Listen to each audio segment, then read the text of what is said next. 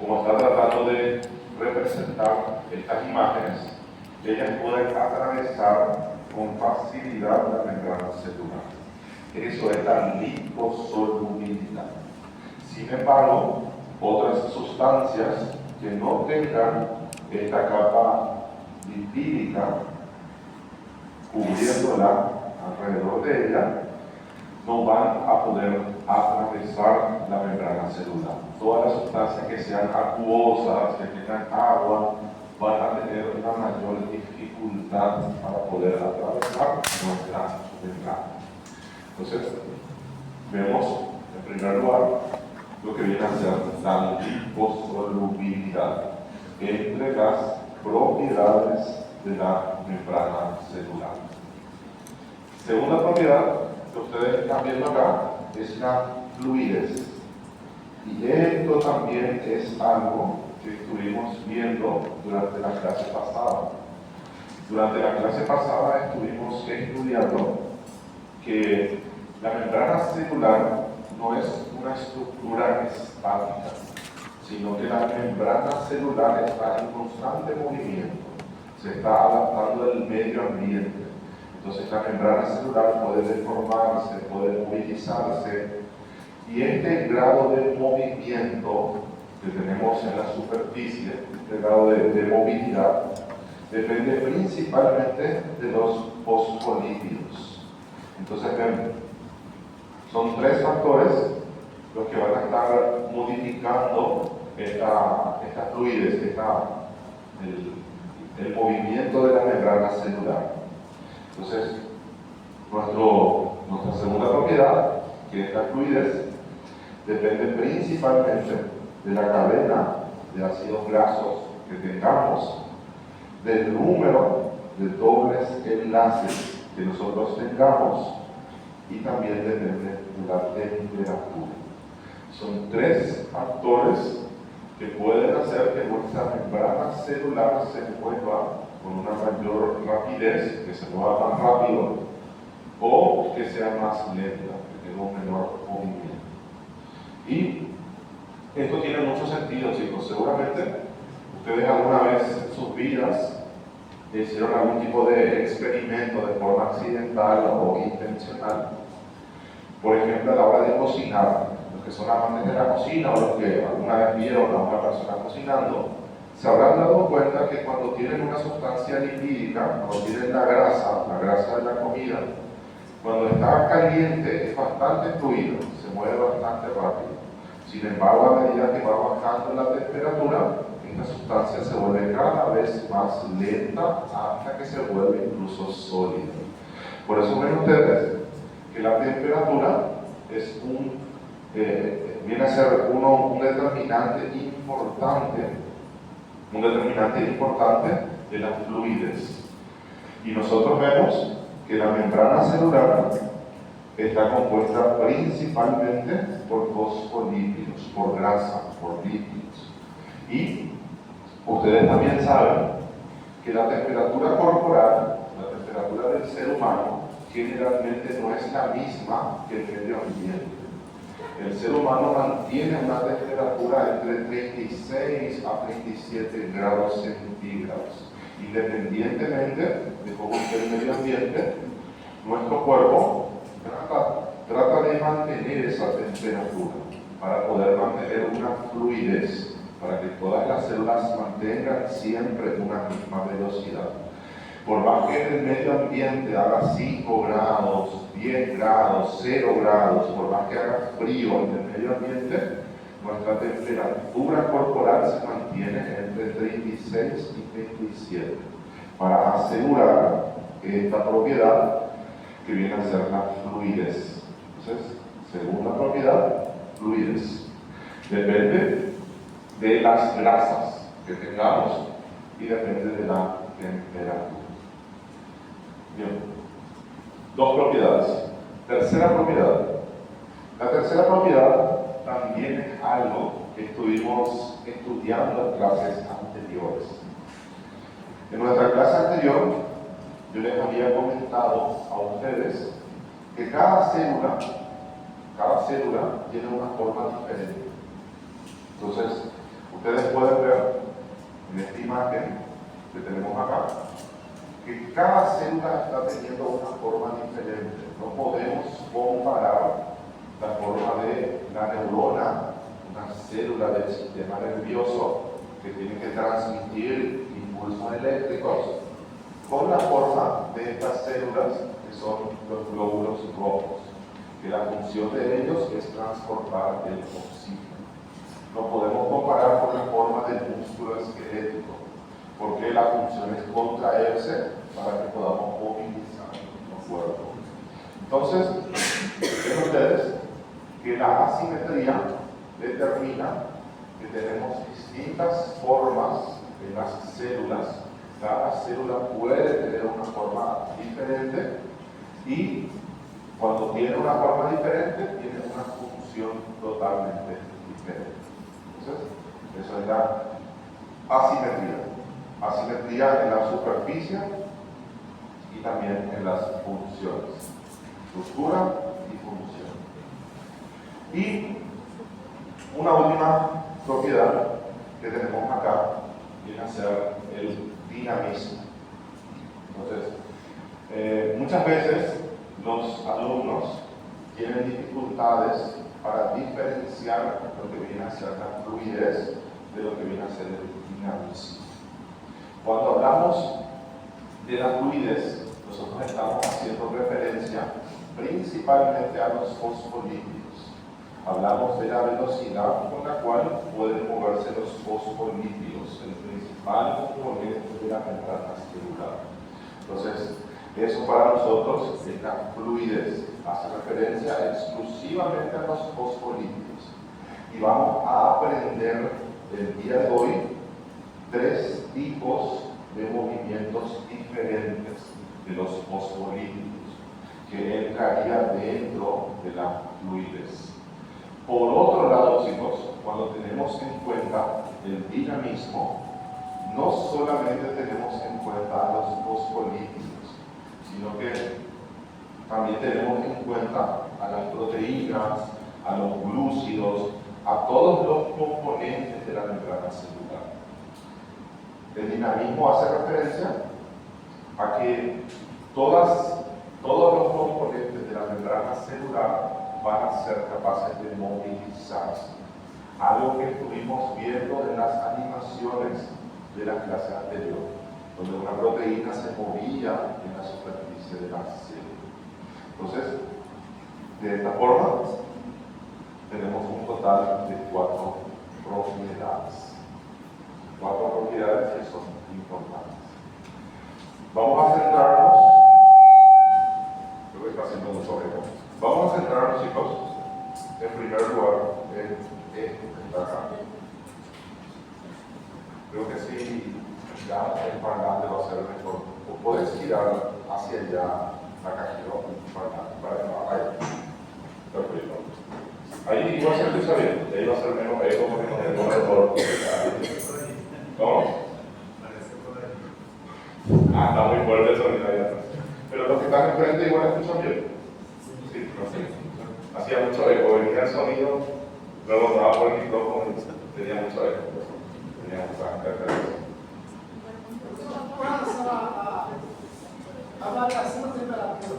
Sí. O que acontece com a membrana celular? Fica mais ou menos carregada, é isso que acontece? Muy bien. A medida que va aumentando la temperatura de nuestras células, sí, ella se vuelve cada vez más permeable, porque los lípidos que forman parte de la superficie de la célula cada vez se mueven a una mayor velocidad y ya no pueden estar juntas unas con las otras. Por eso es que cuando tenemos un proceso infeccioso, nuestro cuerpo, como un mecanismo de defensa, produce algo que se llama fiebre. La fiebre es la elevación de la temperatura corporal, pero lo hace para tratar de eliminar a los agentes patógenos, a las bacterias, porque las bacterias también tienen membranas celulares.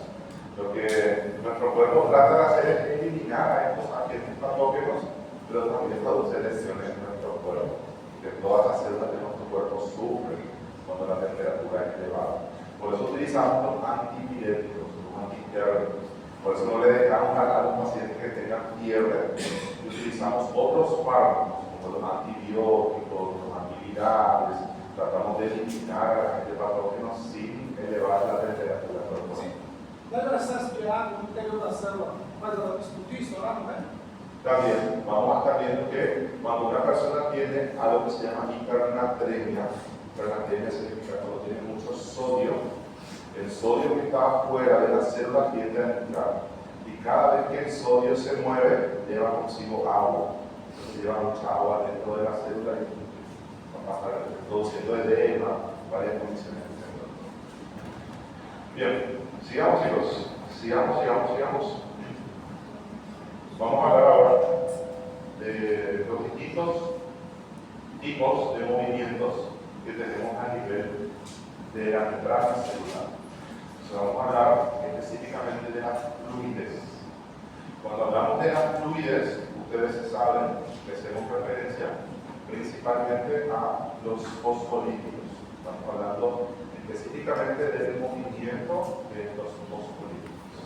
Y acá está todo lo que estuvimos mencionando anteriormente. En el primer punto, en el segundo punto, se menciona prácticamente todo lo que estuvimos hablando en la diapositiva anterior, que aumenta la permeabilidad, todo esto que estuvimos viendo en la diapositiva anterior.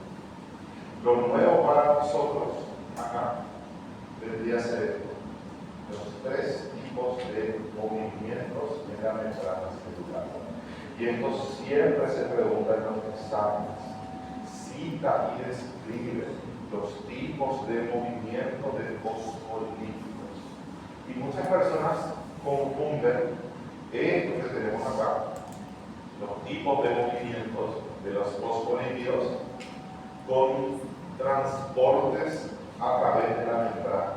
¿Qué quiere decir esto? Muchas personas confunden esto con la ósmosis, con la difusión facilitada. Entonces, no son sinónimos, son cosas diferentes. Cuando hablamos de movimientos de los fosfolípidos, yo estoy haciendo referencia específicamente a esta bicapa, a estos fosfolípidos que son los principales componentes de la membrana celular. Entonces, son tres tipos de movimientos. Primer movimiento es un movimiento que llamamos de difusión lateral. ¿Qué es la difusión lateral? Entonces, anoten o resalten. La difusión lateral es el tipo de movimiento más común, más frecuente en la membrana celular. De estos tres tipos de movimientos, el que más ocurre más veces por día viene a ser la difusión lateral. Es un tipo de movimiento que permite que los fosfolípidos se movilicen a gran velocidad, se hace a una gran velocidad y dura pocos segundos. Entonces, vean ustedes, se produce a una alta velocidad y dura pocos segundos. Son movimientos bastante rápidos a nivel de la membrana celular. ¿Qué me gustaría que ustedes sepan sobre la difusión lateral? Ustedes saben que nuestra membrana celular está formada por una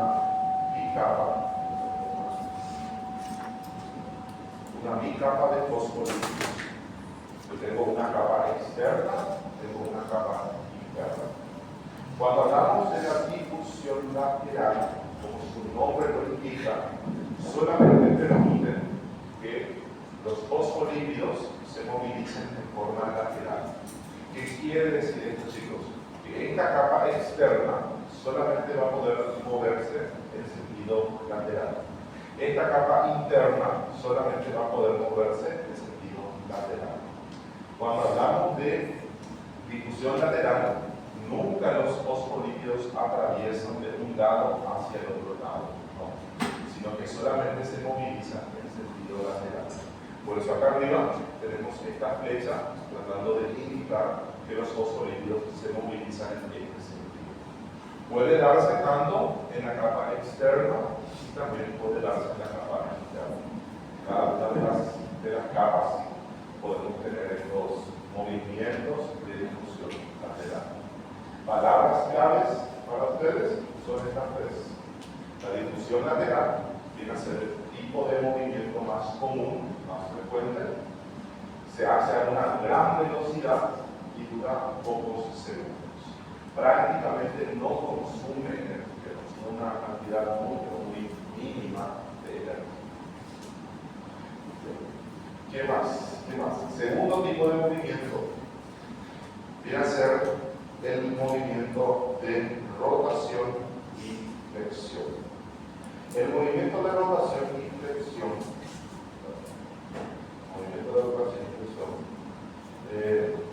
viene a ser un tipo de movimiento sobre el cual todavía no se conoce mucho. Hasta el momento se conocen tres tipos de movimientos de fosfolípidos. El primero en ser descubierto fue la difusión lateral, por eso se sabe más sobre ello. Y estos dos fueron descubiertos más adelante. Sobre el movimiento de rotación y lateral, sobre el movimiento de rotación y flexión, todavía no se sabe mucho, pero vamos a estar viendo que son dos movimientos diferentes. Entonces, esta imagen nos ayuda a diferenciar eso.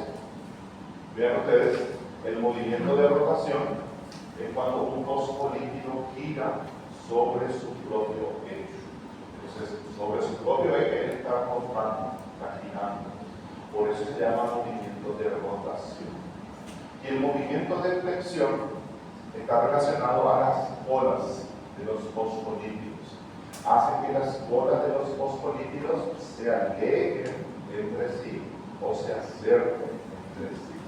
Entonces, son dos movimientos diferentes, pero que la gran mayoría de las veces ocurren en simultáneo.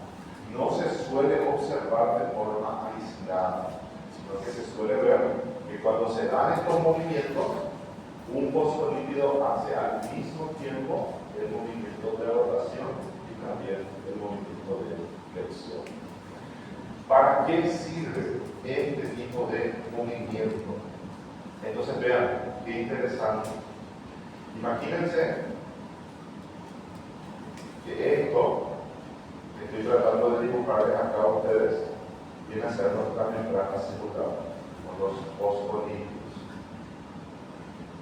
Y ustedes pueden ver que en condiciones normales, entre un fosfolípido y otro fosfolípido, prácticamente no hay espacio. El espacio que hay entre un fosfolípido y otro es muy pequeño. Entonces no permite el paso de sustancias que son demasiado grandes. Se cree que el movimiento de rotación y flexión lo que hace es, al producirse esta flexión, lo que nosotros tenemos es la separación de los fosfolípidos. Entonces, sustancias que son grandes, sustancias que tienen un gran tamaño,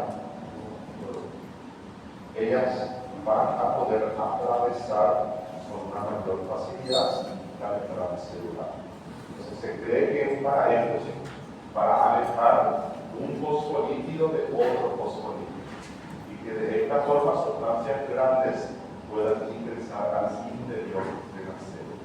Para eso tenemos el movimiento de rotación y flexión. Entonces, eso está ahora.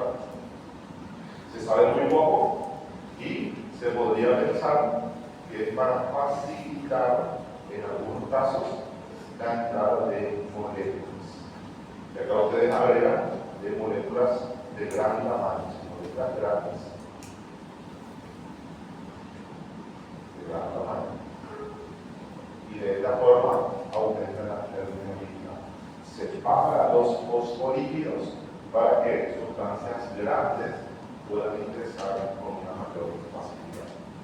Y el tercer y último tipo de movimiento que se conoce viene a ser el movimiento de flip-flop. Movimiento de flip-flop. El movimiento de flip-flop es totalmente lo opuesto, es totalmente lo contrario al movimiento de difusión lateral. ¿Qué quiere decir esto, chicos? Dijimos nosotros, el movimiento de difusión lateral es el más frecuente de la membrana celular. Flip-flop es el más raro, casi no se ve este tipo de movimiento en la membrana celular. Dijimos que el movimiento de difusión lateral se hace a una gran velocidad. Y vean, este proceso es demasiado lento. Dijimos que el movimiento de difusión lateral prácticamente no consume energía. Sin embargo, el movimiento de flip-flop, ustedes ven, que consume una gran cantidad de energía. Entonces, tres palabras que les resalto a ustedes acá. Es muy lento, consume mucha energía y es muy raro de observar. Es totalmente lo opuesto a todo lo que estuvimos mencionando cuando hablamos del movimiento de difusión lateral. Cuando hablamos del movimiento de difusión lateral, les mencioné, el movimiento de difusión lateral hace que el fosfolípido se mueva solamente en sentido lateral. No puede pasar de una capa a la otra capa. Sin embargo, chicos, el movimiento de flip-flop, ¿por qué tenemos el movimiento de flip-flop? Vamos a ver qué imagen tenemos acá. Imagínense que en una de las capas, imagínense que en la capa externa o la capa interna, o cualquiera de ellas, algún fosfolípido por algún motivo fue destruido por culpa de un agente patógeno, por culpa de agentes térmicos, químicos, por algún motivo, algunos fosfolípidos fueron destruidos en una de las capas, ya sea la capa externa o la capa interna. ¿Qué hace nuestra célula? Nuestra célula activa el movimiento de flip-flop. ¿En qué consiste el movimiento de flip-flop? Consiste en agarrar un fosfolípido de una de las capas y llevarlo hacia la capa de la otra. Entonces, por dar un ejemplo, un fosfolípido de la capa interna lo lleva hacia la capa externa. Este proceso es muy lento y consume demasiada energía. Porque vean ustedes, esta porción fosfato que tenemos acá tiene que atravesar un medio que es hidrófobo. Tiene que atravesar un medio donde las sustancias acuosas son repelidas. Es un proceso demasiado lento y es un proceso que utiliza demasiada energía. Se utiliza para reparar la membrana celular.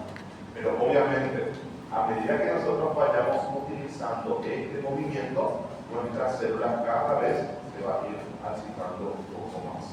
Porque estamos utilizando un fosfolípido de una porción para llevarlo hacia el otro lado. ¿Sí? Profe, ¿existe una señalización para el receptor para hacer los movimientos? ¿Cómo? Para hacer los movimientos, Sí. ¿tiene una señalización de receptor o algo así? Sí, para... sí. Entonces, vamos a estar hablando enseguida, un poquito más adelante en nuestra clase, tenemos cuáles son las funciones de la membrana celular, que ahí les voy a estar hablando de los receptores y de la señalización. Entonces, ¿tiene una señalización para hacer los movimientos? ¿Por qué? Porque si la destrucción es demasiado grave, chicos, imagínense lo siguiente. Imagínense un escenario en el cual, vamos a tratar de dibujar. Imagínense un escenario donde esto que está acá es nuestra membrana celular. Y imagínense ustedes que la lesión abarcó todo esto de la membrana celular. Cuando la lesión es demasiado grande, no vale la pena hacer el movimiento de flip-flop, sino que nuestra célula activa otras señales que vienen a ser el mecanismo de la apoptosis. Destruye la célula y dice, no, va a llevar demasiado trabajo preparar, el daño fue demasiado grande, y si yo hago el movimiento de flip-flop, mi célula se va a quedar muy pequeñita y no va a cumplir con ninguna función. Es mejor destruir esta célula y reciclar sus componentes. Sin embargo, si ustedes tienen esta situación, una membrana celular, pero la lesión es una lesión pequeña, entonces ahí sí la célula activa el movimiento del flip-flop. El movimiento del flip-flop utiliza tanta energía y es tan pero tan lento que solamente puede ocurrir una vez al día. Demora tanto en ocurrir esto, en atravesar este medio apolado, que ocurre solamente una vez por día. Podemos entender que o movimento é de fora para dentro, onde há Puede hacerse de las dos formas. porque na regeneração seria Entonces, parte interna. imagínense que tengamos un agente patógeno que sea intracelular. Imagínense que en vez de tener una bacteria como el neumococo que actúa fuera de la célula, imagínense que el agente patógeno fue un Mycobacterium tuberculosis o un virus, agentes patógenos intracelulares, y que la destrucción de la membrana celular, la destrucción comenzó en el lado interno. Entonces se destruyeron estos dos. Entonces ahí el movimiento del flip-flop va a realizarse en el sentido opuesto. No se produce solamente, no es de forma unidireccional, sino que puede darse de las dos formas. Necesito una lesión afuera o una lesión adentro, pero tiene que ser de un tamaño pequeño, puede ser de grande. Para entender un poco mejor todo esto, chicos, les traje un pequeño video, una pequeña animación. Vamos a ver esta animación. Lo malo de esta animación, chicos, es que todo pasa demasiado rápido. Vamos a tratar de reproducir varias veces.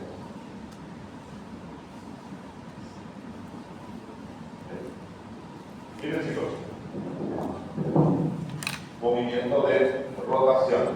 Vean cómo está girando sobre su propio eje. Entonces, esto que está acá es un movimiento de rotación. Faltaría agregarle lo que es el movimiento de flexión, pero da para entender que es un movimiento de rotación y que ayuda a que sustancias puedan ingresar dentro de la célula, sustancias de gran tamaño. Otro tipo de movimiento que ustedes están viendo acá es el movimiento de difusión lateral. Vean cómo se moviliza a una gran velocidad en el sentido lateral. Entonces, este movimiento es el movimiento de difusión lateral, que es el más frecuente. No está graficado en este GIF, en esta animación, no agregar, pero faltaría agregar junto con el movimiento de rotación. Y tercer tipo de movimiento que les enseñamos a ustedes, es lo que aparece más o menos acá. Acá es lo contrario a lo que yo les expliqué. Desde la parte interna está yendo hacia la parte externa. Es un proceso demasiado lento que solamente se produce una vez por día. Puede hacerse también al contrario, de afuera hacia adentro. Entonces son tres tipos de movimientos diferentes: difusión lateral, rotación y flexión, y movimiento de flip-flop. En esta otra diapositiva se ve todo en simultáneo. Entonces, vean. Vamos a ver que reproduzca.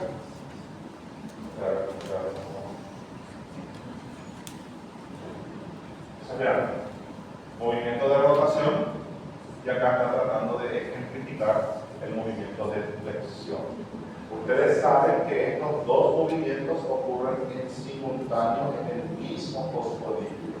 Para que sea más didáctico y ustedes puedan visualizar mejor, ellos graficaron de esta forma. Pusieron por un lado la rotación y en otro lado pusieron la flexión. Ustedes ven este movimiento, donde este fosfolípido se está moviendo libremente en una de las capas. Entonces, este movimiento se llama movimiento de difusión lateral, que es el más frecuente. Y ustedes ven acá un último tipo de movimiento, que es el movimiento de flip-flop.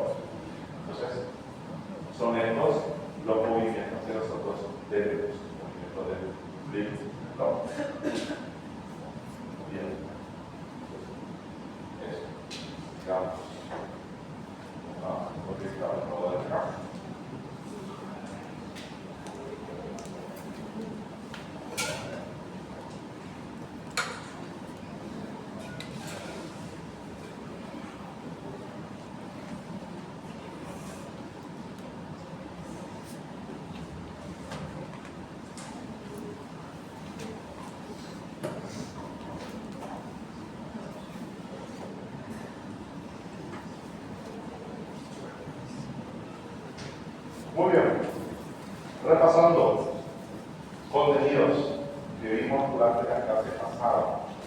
Pregunta: ¿qué tipos de proteínas son la letra A, la letra B y la letra C? ¿Qué tipo de proteínas son? Son proteínas transmembranas. Proteínas transmembranas.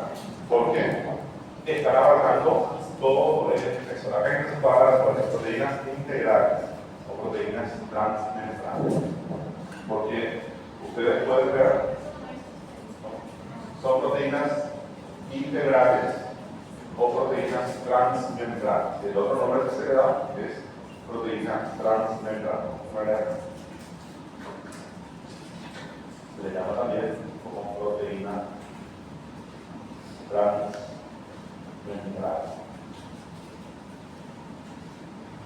¿Por qué se le llama como proteína transmembrana? Porque ustedes ven, abarcan todo el espesor de la membrana celular. Sin embargo, ustedes ven estas otras imágenes que representan a la letra D, a la letra E, y ustedes ven que estas proteínas son proteínas periféricas. En el hipotético caso de que esto fuese el espacio extracelular y esto fuese el espacio intracelular, nosotros lo llamaríamos como proteínas extrínsecas, porque están en la capa externa. En esta imagen no podemos saber, porque no sabemos cuál es el lado intracelular y cuál es el espacio extracelular. No podemos saber. En el hipotético caso de que acá arriba fuese el espacio extracelular, esto se llamaría una proteína extrínseca, pero son proteínas periféricas. Muy bien. Sí. ¿Cómo? Ah, claro. Entonces, estas proteínas que ustedes están viendo acá, en el hipotético caso de que esto sea el espacio extracelular, estas proteínas se llamarían como extrínsecas, porque están en el lado de afuera. Si estuviesen en el lado intracelular, entonces se llamarían de intrínsecas. Esa es la terminología que utilizamos, dependiendo de dónde estén ubicadas estas proteínas.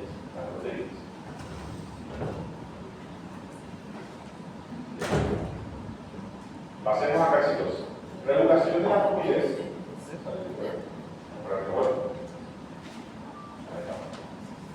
La regulación de la fluidez es algo que ya estuvimos mencionando. Entonces, esta diapositiva vamos a pasar porque ya estuvimos hablando de lo que viene a ser la fluidez. Por ejemplo, vean ustedes los distintos factores que pueden llegar a modificar la fluidez. Estuvimos mencionando lo que viene a ser la cantidad de dobles enlaces. Cantidad de dobles enlaces que tengamos, ellos van a estar determinando el número de ácidos blancos que nosotros tengamos y también un factor importante es la temperatura. Acá una comparación entre una sustancia que tiene una temperatura aumentada, donde hay una mayor fluidez, y otro donde la temperatura es un poco más baja, entonces me cuesta un poco más.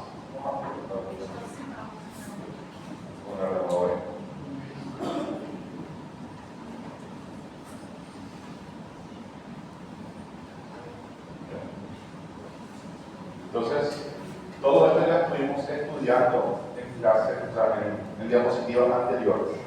Ya estuvimos explicando lo relacionado a la fluidez. Pasemos a la siguiente diapositiva. Y acá, chicos, les traje a ustedes 4 funciones de la membrana celular.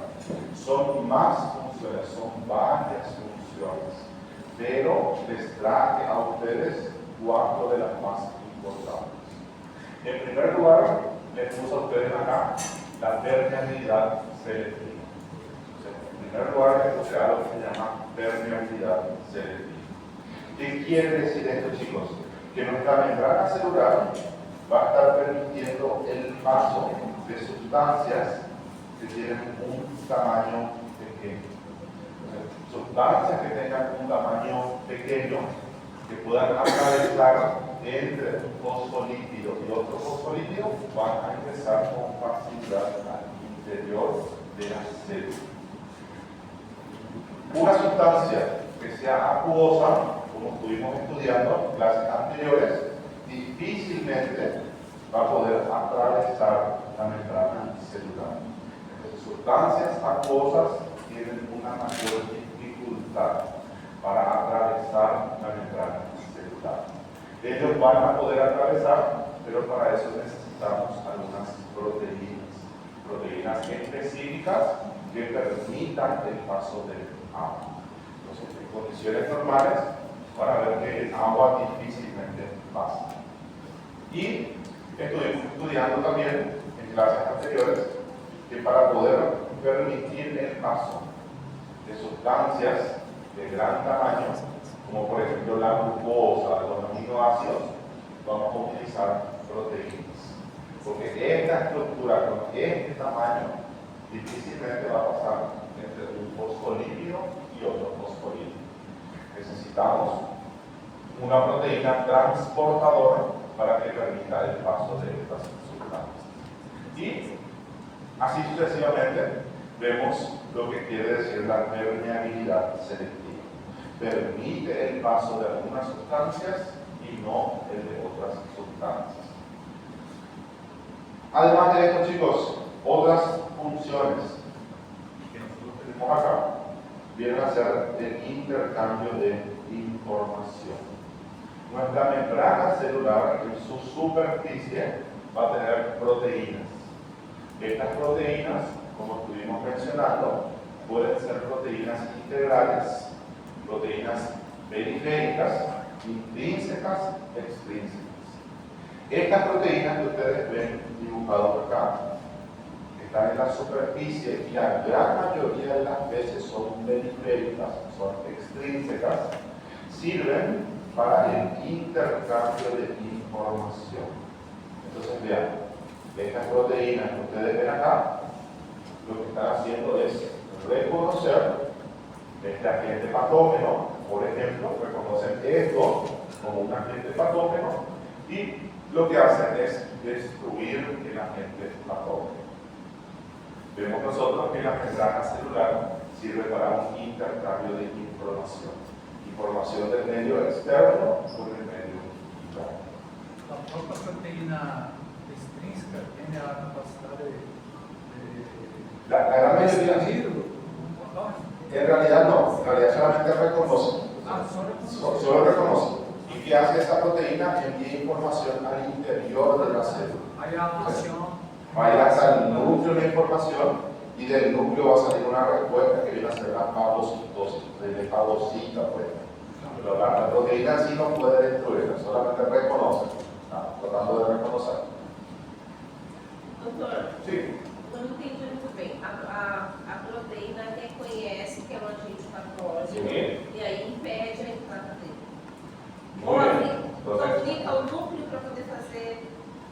Muy bien, muy bien. Entonces, chicos, ¿qué pasa?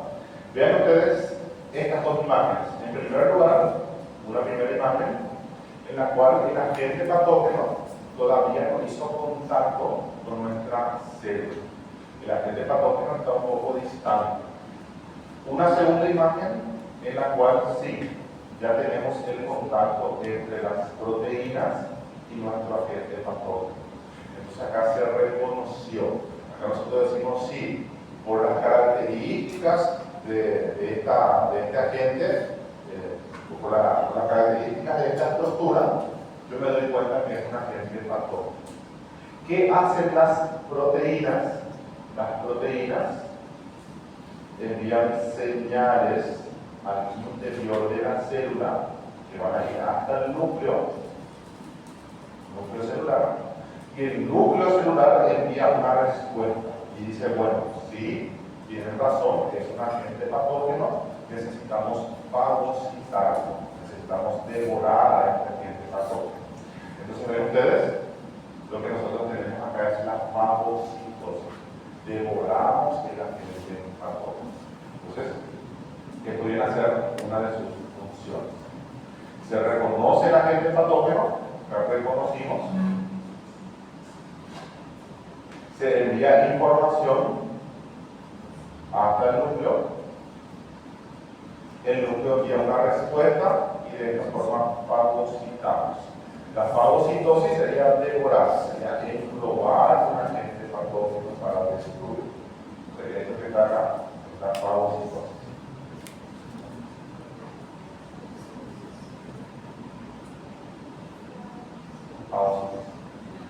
Y chicos, esta segunda función que les puse a ustedes acá va muy de la mano con esta otra función que está acá.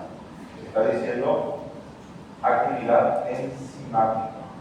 Entonces, ¿qué quiere decir esto, chicos? Que nuestra membrana celular, como ustedes están viendo acá, al reconocer algunos agentes patógenos, entonces imagínense que esto que está acá es un diplococo, un agente patógeno. Cuando nuestra membrana celular reconoce el agente patógeno, primero reconoce, siempre es la misma secuencia, siempre. Primero tiene que reconocer, después envía información hacia el núcleo y nuestro núcleo celular envía una respuesta. ¿Cuál es la respuesta que envía nuestro núcleo? En este caso es aumentar la producción de enzimas. ¿Qué son las enzimas, chicos? Son sustancias que nuestro cuerpo produce para poder eliminar al agente patógeno. Entonces, ven, el agente patógeno puede ser fagocitado o puede ser eliminado a través de estas enzimas, sustancias que nuestras células producen para eliminar al agente patógeno. Creo que el año que viene, cuando estén en el segundo año, ustedes van a estar viendo la diferencia entre el glóbulo rojo, el glóbulo blanco y la plaqueta. Y van a ver que esto es algo característico de los glóbulos blancos. Las células de defensa que tenemos en la sangre. La sangre tiene 3 células. La sangre tiene glóbulos rojos, tiene glóbulos blancos y tiene plaquetas. Y los glóbulos blancos se encargan de defendernos contra los agentes patógenos. Y cuarta función, que les mostré a ustedes acá, cuarta función, viene a ser el reconocimiento. ¿Qué quiere decir esto, chicos? Y miren qué interesante. Nuestra membrana celular está pero tan especializada que nuestra membrana celular no solamente reconoce que es un agente patógeno, sino que la membrana celular es capaz de diferenciar un virus de una bacteria, de un parásito, de un hongo. Entonces ven ustedes que la membrana celular tiene la capacidad de hacer el reconocimiento, de reconocer distintos agentes patógenos. Porque dependiendo de qué tipo de agente patógeno sea, tenemos que enviar una respuesta diferente. Si es una bacteria, por ejemplo, tiene que ser fagocitada. Si es un virus, necesitamos producir enzimas. Y así sucesivamente, dependiendo del tipo de agente patógeno, vamos a estar haciendo una respuesta diferente. Professor, ¿Sí? no caso das coisas autoimune, esse processo funciona muito Bueno, vamos a estudiar que en realidad no son estas las únicas funciones, sino que vamos a ver que a nivel de la membrana celular tenemos algo que se llama complejo mayor de histocompatibilidad. Para estudiar eso en histología, no se preocupen, en histología que van a enseñar complejo mayor de histocompatibilidad. ¿Qué es el complejo mayor de histocompatibilidad, chicos? Todas las células de nuestro cuerpo, en su superficie, tienen una proteína Y esta proteína viene a ser nuestra huella dactilar. ¿Qué quiere decir eso? Todas las células de mi cuerpo tienen su propio complejo mayor de histocompatibilidad. Y las células de mi cuerpo tienen un complejo mayor de histocompatibilidad diferentes a la del compañero, a la de la compañera. Cada uno tiene su propia huella dactilar. Y esto ayuda a que nuestro cuerpo no ataque a nuestras propias células. Nuestro cuerpo reconoce esto como una célula de nuestro propio cuerpo. En las enfermedades autoinmunes esto es lo que falla. Entonces nuestro cuerpo ya no sabe reconocer qué es nuestro y qué no es nuestro. A nivel de la membrana celular, el problema viene a nivel del complejo mayor de histocompatibilidad y comienza a destruir nuestras arterias, nuestro riñón, nuestro hígado, ataca nuestro propio cuerpo. Ese es el origen de las enfermedades autoinmunes. Pero eso van a ver al final del tercer, cuarto punto para mirar. Muy bien, chicos, funciones, les traigo a ustedes cuatro funciones.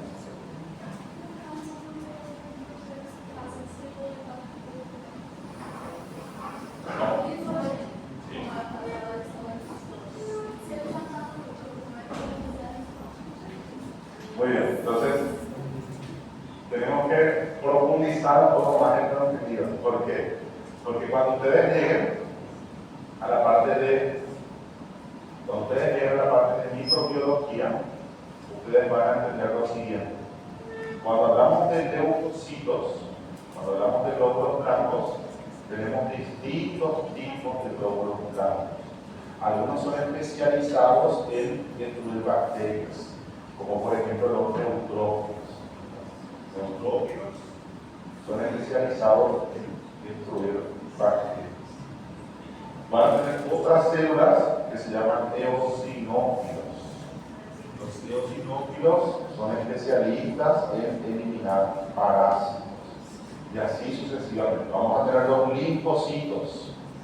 Los linfocitos son especialistas en eliminar virus. Entonces ellos reciben información, ellos reconocen a los distintos virus y comienzan a producir una sustancia que se llama citocina. Específicamente, la citocina se llama interferón. Y esto se lo da de interferón alfa, beta, gamma, tienen todavía mucho por estudiar, no se preocupen. Y estos interferones son los que van a estar eliminando a los virus, porque es solamente un material genético, solamente ARN, no es una célula, es solamente material genético. Los virus son solamente ADN o ARN. El virus no es un cuerpo vivo, el virus no es un material vivo, sino que es solamente ADN o ARN que ingresa dentro de nuestras células y utilizan nuestras células para multiplicarse, para todo eso. Pero van a ver en microbiología seguramente.